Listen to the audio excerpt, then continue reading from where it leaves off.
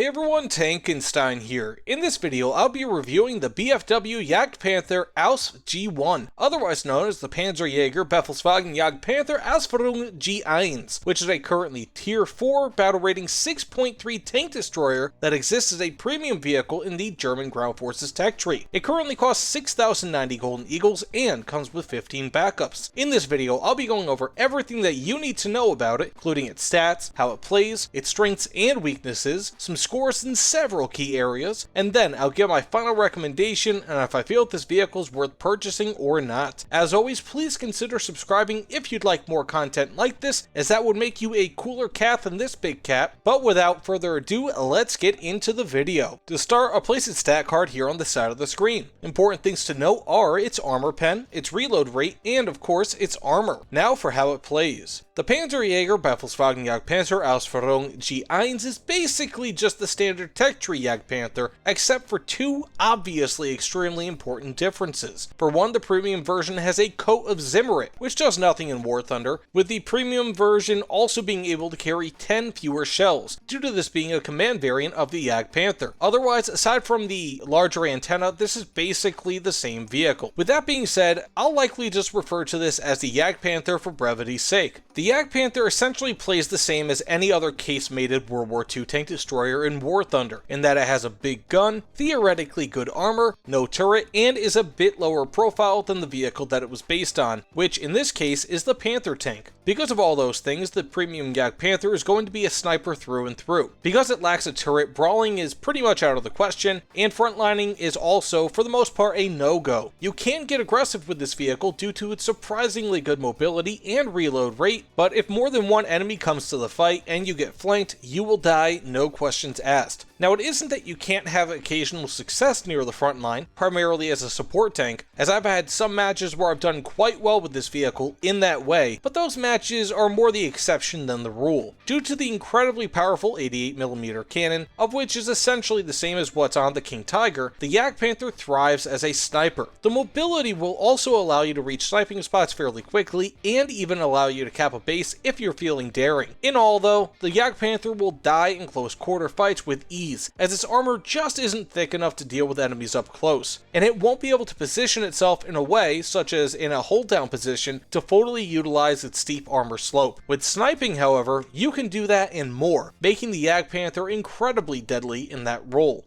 Now, with all that said, let's get into its strengths and weaknesses, and first for its strengths. This has a fairly spacious interior that allows for good survivability if a shell pens. Second, the Jagdpanther has good mobility that is roughly comparable to a Panther tank. Third, this vehicle is well armored on the cannon mantlet, making it a very difficult vehicle to pen there if that's the only spot that you have exposed. Fourth, this has an extremely powerful 88mm cannon that can punch through nearly 240mm of armor at max and has over 100 grams of explosive filler equivalent with its APC-BC shell. Fifth, it also has access to an APCR shell with nearly 280mm of armor pen at max. Beyond this, the APC-BC shell has a muzzle velocity of 1000 meters per second, while the APCR shell has 1130 meters per second of muzzle velocity, making this an excellent long-range sniper regardless of the ammo that you choose. For its 7th strength, the Jagdpanther carries 30 smoke grenades. 8th, it has relatively good gunner's optics, but nothing incredibly great. For its 9th strength, this has good cannon elevation of between -8 and 18 degrees, which should allow for great hold down positioning when combined with the high armor slope on the front of this vehicle. For its 10th strength, the Jagdpanther costs fewer spawn points to spawn into a match compared to most other vehicles, due to this being an SPG. For its 11th strength, this features neutral steering, which is especially nice, being that this does not have a turret. 12th, it also features a very good suspension that makes firing on the move somewhat easier compared to most unstabilized vehicles. And finally, this features premium RP and SL bonuses. Now for its weaknesses. First, this features a large, very noticeable antenna on top of the vehicle that will give away your position, especially when close to other vehicles. Second, this has an awful reverse speed of 3.5 kilometers per hour, which means that you pretty much have to turn around if you really want to get out of somewhere quickly. Third, there is a large weak spot on the upper glacis plate in the hull MG port. For its fourth weakness, this features a large cannon that makes for a relatively easy target to destroy. Fifth, because this is a casemate design, the Jagdpanther lacks a turret and is thus only able to shoot more or less what is right in front of it. Sixth, this also lacks a top-mounted MG, which means that destroying lightly armored vehicles and aircraft may be a bit difficult with this vehicle, which makes them excellent counters against you. And finally, this is a fairly tall vehicle for a casemated tank destroyer, making it a bit more difficult to hide compared to comparable TDs. Now with all that being said, let's get into how I score this vehicle. And first, for armament, I give it an 8.25 out of 10. The